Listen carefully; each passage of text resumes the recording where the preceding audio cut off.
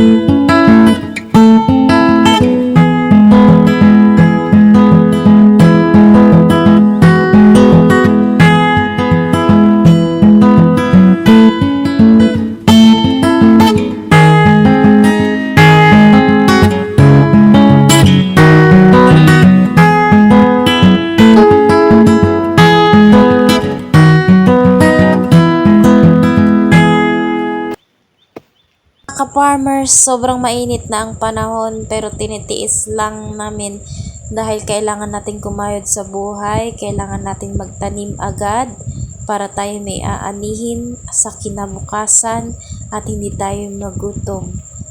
At inaapura ko nga ito dahil malapit na naman ang tagpanggas, kami ay magatanim muli ng palay.